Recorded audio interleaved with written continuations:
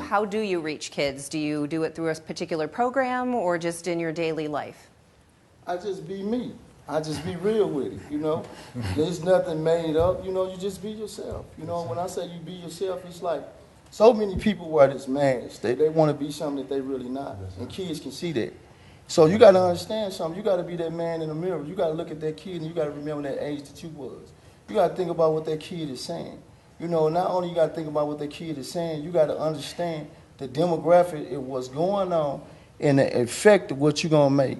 I see so many people that's political leaders, that me being in my community was my passion because that's why I did all my raising hell at in those days. But I knew that's what I did. So I was indebted to my neighborhood to go back, get those guys out of the neighborhood who was willing to work, who was willing to listen, that was trainable for me to train them for the railroad trade. And actually I got a lot of guys job opportunity.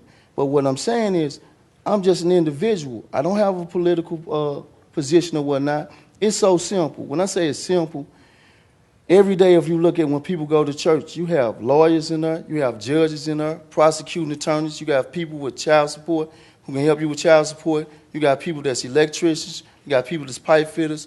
That's a company. That's a corporation. You got to put those things together because all of those people play an intricate part to go back to their foundation and their organization and say, hey, these guys in this community or whatever over killing each other, robbing and stealing or whatever, we need to try to get these guys into a program. If they don't got their GEDs, we're going to make it where they get their GEDs. We're going to give them a trade. We're going to make them trainable because, see, first of all, it's more attractive to say lock them up than rehabilitate them. I understand because the penal system is making a killing. Sure. If you hold one individual for a state facility, it's either $50,000 or $55,000 per year. So if you say 10 years, the guy do 10 years, you look at how much money. When you're talking about 2,000 men. So now when you look at this, when the guy comes back into the community, you understand the frustration where now he's been locked away 10 years. He had a seed.